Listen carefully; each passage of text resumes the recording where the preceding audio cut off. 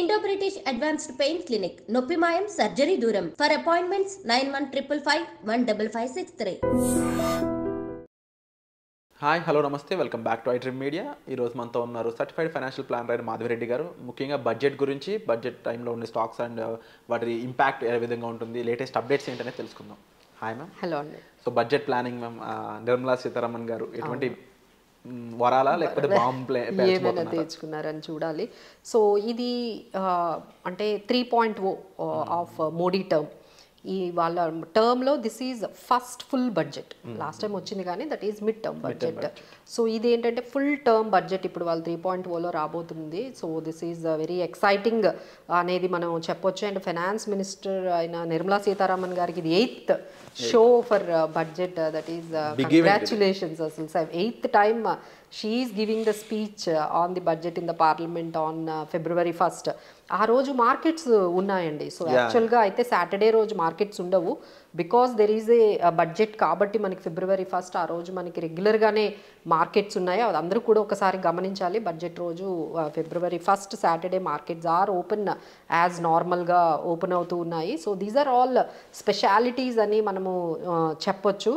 So what we're expectations for this budget 2025 అనుకుంటే, so everyone is expecting some income tax brackets ఇంకొంచెం ఎగ్జంప్షన్స్తో రావాలి. And 10 lakhs వరకు, minimum 10 lakhs వరకు అసలు ట్యాక్స్ లేకుండా ట్యాక్స్ ఎగ్జంప్షన్ ఇవ్వాలి. అంటే ఇప్పటి వరకు మనకి ఏంటంటే 7 lakhs as per the new tax regime. మీరు కానీ మీ ఇన్కమ్ కానీ 7 lakhs బిలో ఉంటే మీరు ఎటువంటి ట్యాక్స్ కట్టాల్సిన అవసరం లేదు. That has to be increase to 10 lakhs వరకు చెయ్యాలి అనే అయితే ఎక్స్పెక్టేషన్. సో చేస్తారు అని అనుకుంటున్నాము. బికాజ్ ద రీజన్ ఏంటంటే ఇన్ఫ్లేషన్ బాగా పెరిగిపోయిందండి. తర్వాత ఈ డిస్పోజబుల్ ఇన్కమ్ ఏమీ లేదు. ఎందుకంటే మీరు మొత్తం అంతా కూడా ఈ ఖర్చు పెట్టడంలో, తర్వాత ఈ ట్యాక్స్లు కట్టడంలో ఉంటే మీరు ఇంకేం కొంటారు? సో డిస్పోజబుల్ ఇన్కమ్ లేదనుకోండి, సో ఎకానమీ కొంచెం స్లో డౌన్ అయిపోతుంది. People don't have much income to spend. Where is the money left after you paying the taxes, after you are completing your needs? Like ఇన్ఫ్లేషన్తో compare చేసుకుంటే ఇంకేం ఉండట్లేదని. So they wanted to reduce the taxes. ఈసారి అయితే ఆ expectation అయితే గట్టిగా ఉందండి. ఎందుకంటే మనకి ఆల్రెడీ జీడిపి బాగా స్లో అయిందండి. సో ఎప్పుడు లేనంతగా లాస్ట్ క్వార్టర్లో చాలా జీడిపి అనేది మనకు స్లో గ్రోత్ అనేది కనిపిస్తుంది. అసలు ఎక్కడ 8%, ఇప్పుడు 6.5% మనం రీచ్ అవ్వగలుగుతున్నాము. సో గ్రోత్ కన్సర్న్స్ అయితే ఉన్నాయి. సో గ్రోత్ పెంచాలి అంటే కొంచెం ట్యాక్స్ బర్డన్ అనేది తగ్గిస్తే పీపుల్ స్టార్టెడ్ యూజింగ్, అంటే స్పెండింగ్ మోర్. సో వాళ్ళు స్పెండ్ చేస్తూ ఉన్నారంటే the corporates will earn more and people will get more opportunities. ఇదంతా కూడా ఒక సైకిల్ స్టార్ట్ చేయాలి, ఇనిషియేట్ చేయాలి అనేది ఒకటి ఉందండి. అలానే జిఎస్టీ రేషనలైజేషన్ చేయాలి. అలానే every industry has specific needs. ప్రతి ఒక్కరూ వాళ్ళ లిస్ట్తో రెడీగా ఉన్నారు, every sector, every industry. So దాని గురించి కూడా మేబీ ఈసారి మనకి ఎక్కువగా బూస్ట్ అనేది కన్జ్యూమర్ స్పెండింగ్ కానీ, లేకపోతే ఈ గ్రోత్ రిలేటెడ్ ఫిస్కల్ ప్రూడెన్స్లో కానీ కొన్ని అనౌన్స్మెంట్స్ అయితే కనిపించవచ్చండి. But every citizen is looking forward some kind of is of burden in taxes. అందరూ కూడా ట్యాక్సెస్ చాలా బర్డన్గా ఫీల్ అవుతున్నారు. Either it is direct taxes, income tax అవ్వనియండి, లేదు అంటే ఇండైరెక్ట్ ట్యాక్సెస్, జిఎస్టీ అవ్వనియండి, చాలా బర్డన్గా ఫీల్ అవుతున్నారు. So expecting some kind of is అదైతే మనకు కనిపిస్తుంది. ఇంక next biggest challenge is job creation. మనకున్న ఇంత పాపులేషన్కి, తర్వాత youngest population in the world. So వీళ్ళకి తగ్గట్టుగా మనం జాబ్స్, మన ఎకానమీ అనేది ప్రొవైడ్ చేయలేకపోతుంది. ఇప్పటికే కొంచెం స్లో డౌన్ అనేది ఎంప్లాయ్మెంట్లో క్లియర్గా కనిపిస్తుందండి. సో దీనికి సంబంధించి మనకి ఎక్కువగా అనౌన్స్మెంట్స్ రావచ్చు. ఐదర్ మ్యానుఫ్యాక్చరింగ్ కానీ, ఇంకా ఏదైనా ఇండస్ట్రీ, అంటే జాబ్ ఇంటెన్సివ్ ఇండస్ట్రీస్ కొన్ని ఉన్నాయి, వాటి మీద కొంచెం ఫోకస్ అయితే కనిపించబోతుంది.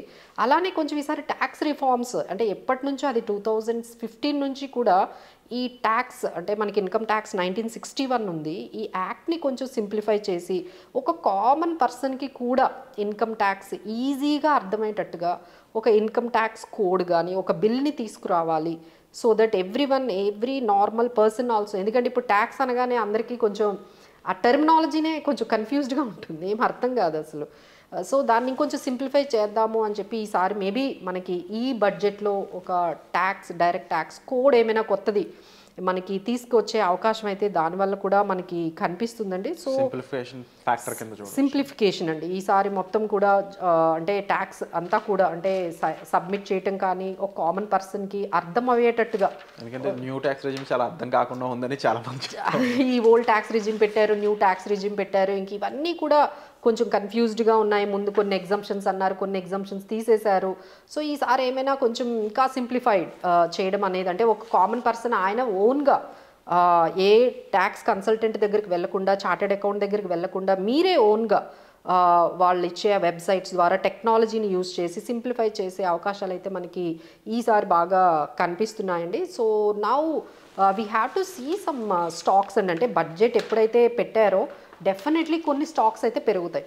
సో ఎవరైనా ఈ బడ్జెట్ రిలేటెడ్ స్టాక్స్లో మనం కొంచెం ఇన్వెస్ట్ చేసుకుందాము, ఎందుకంటే బడ్జెట్ ఎప్పుడైతే మనకి February 1 ఉందో we have to start accumulating now.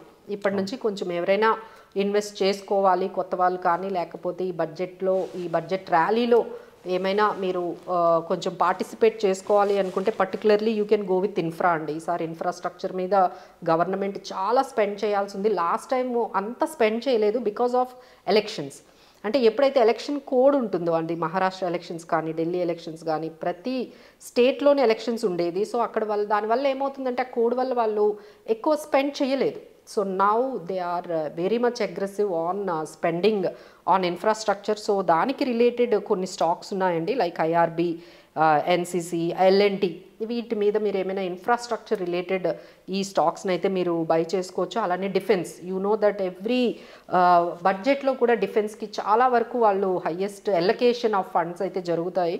So ఈసారి హెచ్ఏఎల్, బిఈఎల్, పరాస్ డిఫెన్స్, ఇలాంటి డిఫెన్స్ రిలేటెడ్ స్టాక్స్లో కూడా మీరు కావాలి అంటే పెట్టుకోవచ్చు. నెక్స్ట్ ఏంటంటే మనకి ఈ రియాలిటీ అంటే డిఎల్ఎఫ్ కానీ, ఓబ్రాయ్, లోధా, ఇలాంటి రియాలిటీ స్టాక్స్లో కూడా, ఎందుకంటే కొంచెం 2024లో కొంచెం ఈ కన్జంప్షన్ ఆన్ రియాలిటీ అనేది కొంచెం స్టేబుల్గా ఉంది. సో దాన్ని ఇంకొంచెం బూస్ట్ చేయడానికి మేబీ రియాలిటీకి సంబంధించి కొన్ని స్టాక్స్ మీద వాళ్ళు కొంచెం ఎలకేషన్స్ అనేవి ఉంటాయి. కాబట్టి మనకి రియాలిటీ సెక్టార్ సంబంధించి డిఎల్ఎఫ్, ఓబ్రాయ్ రియాలిటీ అండ్ లోధాలో పెట్టుకోవచ్చు అండి. అండ్ దెన్ కొన్ని cement stocks, whenever we're talking about infrastructure, then cement స్టాక్స్లో కూడా like ACC, UltraTech, Shree cement, ఇలాంటి సిమెంట్ స్టాక్స్లో కూడా మీరు ఇన్వెస్ట్ చేసుకోవచ్చు. And last but not least the railways.